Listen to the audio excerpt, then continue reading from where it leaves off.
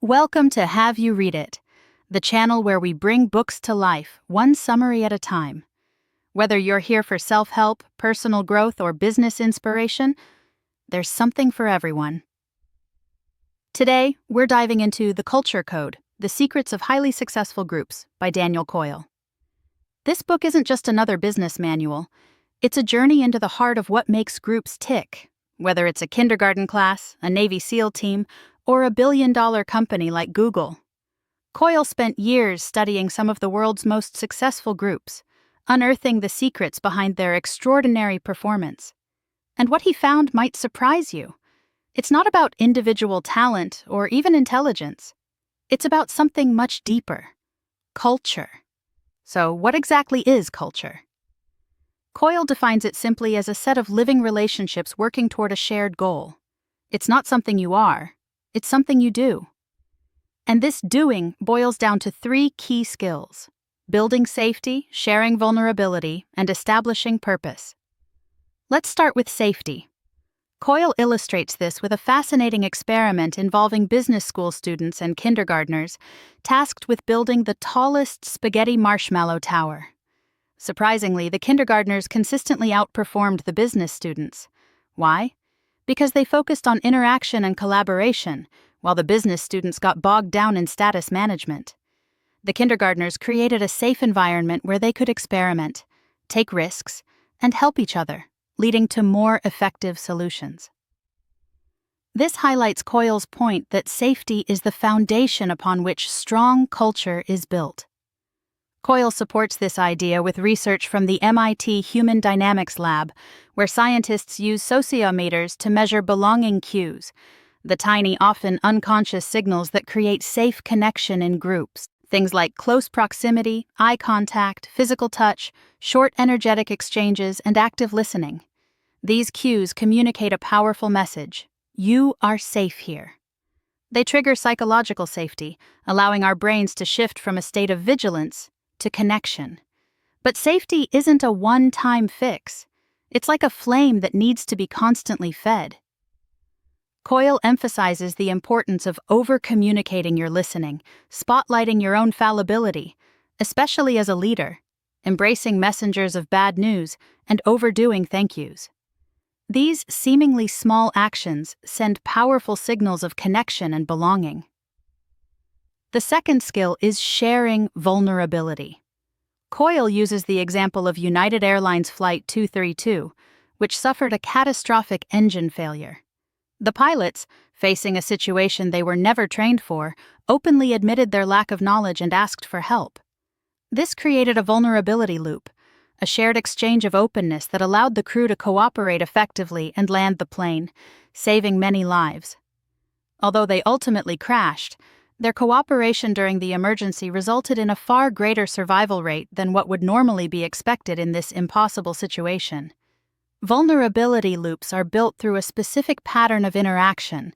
Someone signals vulnerability, another person recognizes and responds with their own vulnerability, and a norm of trust and closeness is established. This is why successful groups often engage in activities that seem counterintuitive, like the Navy SEALs' grueling log PT or the Upright Citizens Brigade's challenging Herald improv game.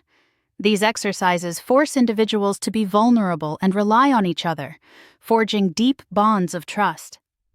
The importance of vulnerability is further highlighted in the story of the Red Balloon Challenge, where a team from MIT located 10 red balloons hidden across the United States by creating a network of shared vulnerability and risk.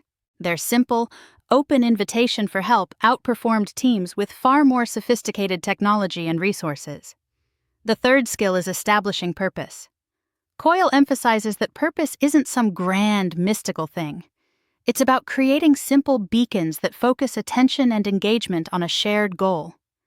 He uses the example of Johnson & Johnson's Credo, a one-page document outlining the company's values and priorities. During the Tylenol crisis of 1982, this seemingly simple document guided thousands of employees as they navigated the complex and high-stakes situation, leading to a swift and effective response that ultimately saved the company. Coyle distinguishes between two types of purpose: proficiency and creativity. Proficiency is about doing the same task reliably, every time, like Danny Meyer's restaurant empire. Meyer achieves this by creating high-purpose environments filled with simple rules, catchphrases, and rituals that reinforce the group's values and priorities. He prioritizes colleagues, guests, the community, suppliers, and then investors, focusing on creating a culture of enlightened hospitality. Creativity, on the other hand, is about generating something new. Ed Catmull, president of Pixar, exemplifies this type of leadership.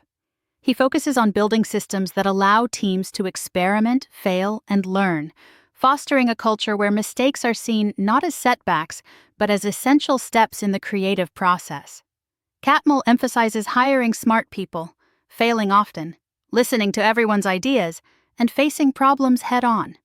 He proved the efficacy of his leadership style when he took over Disney Animation, and without changing any personnel, led the studio out of a creative slump and into a new era of blockbuster hits. So, what are the key takeaways from the Culture Code? First, understand that culture is not about perks or slogans. It's about the small, consistent actions that build connection, trust, and purpose. Second, prioritize belonging cues. Over-communicate your listening, spotlight your fallibility, embrace messengers of bad news, and overdo thank yous. Third, make vulnerability a habit. Create safe spaces for people to take risks, admit mistakes, and ask for help. Use practices like after-action reviews, brain trusts, and red teaming to encourage candor and build trust. Fourth, tell and retell your story. Establish a clear purpose by naming and ranking priorities, creating catchphrases, using artifacts, and celebrating bar-setting behaviors. And remember to tailor your approach to the specific skills you want your group to perform, proficiency versus creativity. In essence, Coyle gives us a practical guide to building better groups, whether it's a family, a team, or an entire organization. It's about creating a culture where people feel safe, connected, and purposeful, enabling them to achieve more together than they ever could alone. Thanks for watching. Have you read it?